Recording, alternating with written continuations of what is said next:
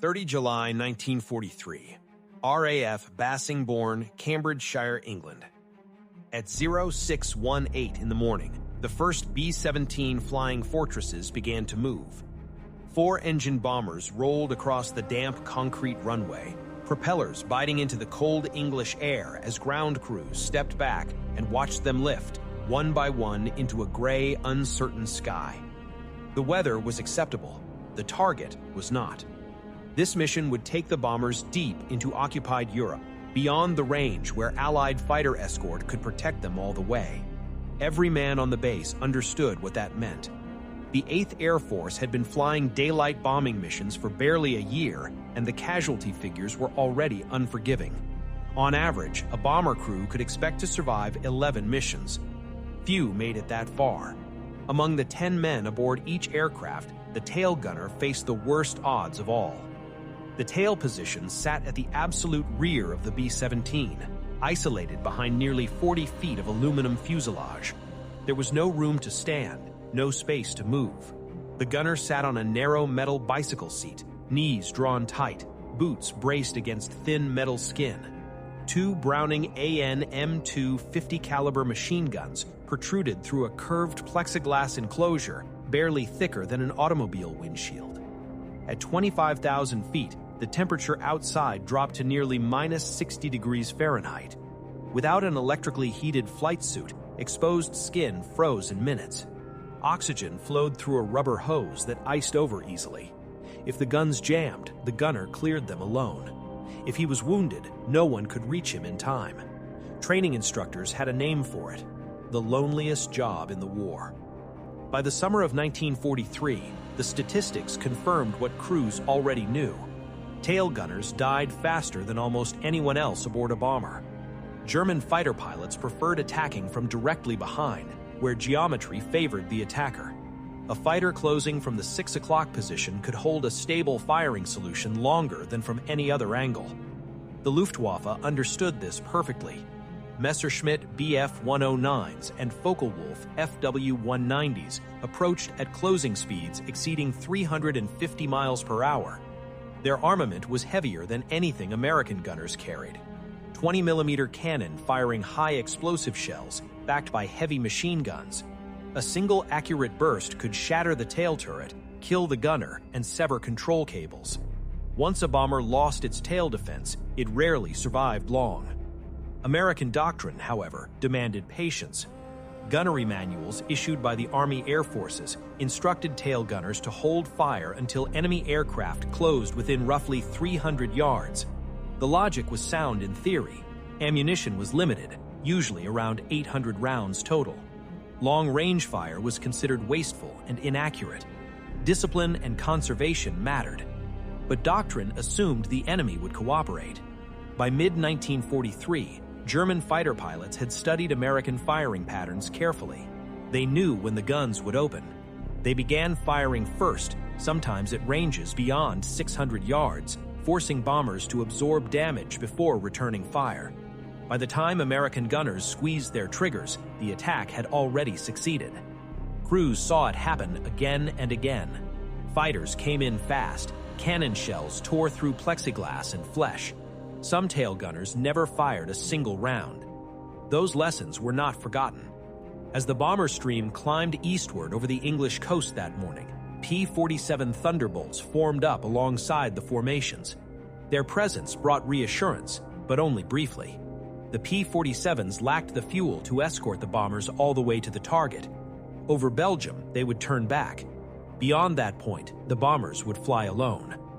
Inside the tail of one B-17, a veteran gunner checked his ammunition belts by touch, counting links through thick gloves. He had already flown more missions than statistics said he should. He had watched aircraft ahead of him vanish in seconds. And he had reached a conclusion the manual did not allow. German fighters attacked from behind because it gave them time. Time to aim, time to fire, time to kill. If that time could be taken away, if the attack could be disrupted before it stabilized, the entire geometry of the fight changed. At long range, a fighter approaching head-on from the rear presented a large, predictable silhouette. Tracer fire, even if initially inaccurate, forced a pilot to maneuver, and maneuver destroyed aim. The cost was ammunition. Opening fire early meant burning through belts at an unsustainable rate. It risked running dry before the mission ended. But there was another cost rarely written into manuals. Dead gunners had no use for conserved ammunition. The bomber stream crossed the English Channel later that morning, contrails forming as the aircraft climbed. Beneath them, water gave way to the coast of French-occupied France. Soon after, the P-47's peeled away, waggling their wings before turning west. The Luftwaffe was waiting. Dark specks appeared climbing from the southeast, assembling into organized attack groups with practiced precision. Radar had warned of their approach. Now they were visible. The tail gunner tracked the nearest formation through his reflector sight. He did not wait. At a long range far beyond anything taught in gunnery school, he squeezed the triggers. Twin Brownings roared, their recoil vibrating through the fuselage. Tracers arced into empty sky, falling short at first. He adjusted, walking the fire upward. The German pilots saw it immediately, bright lines reaching towards them earlier than expected. One fighter broke off, another rolled away, a third pressed in, then veered aside, firing wildly as it escaped. None achieved a clean firing pass. Around the formation, other gunners noticed the effect. Attacks that normally closed tightly now fragmented. German pilots maneuvered sooner, fired less accurately, and spent less time directly behind the bombers. The change was subtle, but it mattered. For nearly an hour, the bombers fought their way toward the target under sustained attack. Several aircraft fell behind, smoking and damaged. Some never returned, but others did. When the formation reached the bomb run, flying straight and level, the Luftwaffe pressed hardest. This was the most dangerous moment. Bombers could not evade. Defensive fire was their only shield. Again, early fire disrupted attack runs. Not every time, not perfectly, but often enough to reduce damage and shorten engagements. By the time the bombers turned for home, the tail gunner's ammunition was nearly exhausted. One of his guns was damaged. His compartment was spattered with hydraulic fluid and blood. He stayed at his post anyway. The return flight could be just as deadly. When surviving aircraft landed back in England hours later, intelligence officers reviewed gun camera footage and crew reports. Patterns emerged. Aircraft whose tail gunners opened fire early suffered fewer sustained rear attacks. Fighter pilots reported unexpected defensive fire at extended ranges. The evidence was incomplete, but compelling. Within weeks, other gunners quietly adopted similar techniques. Official doctrine did not change overnight, but practice did. The Luftwaffe noticed.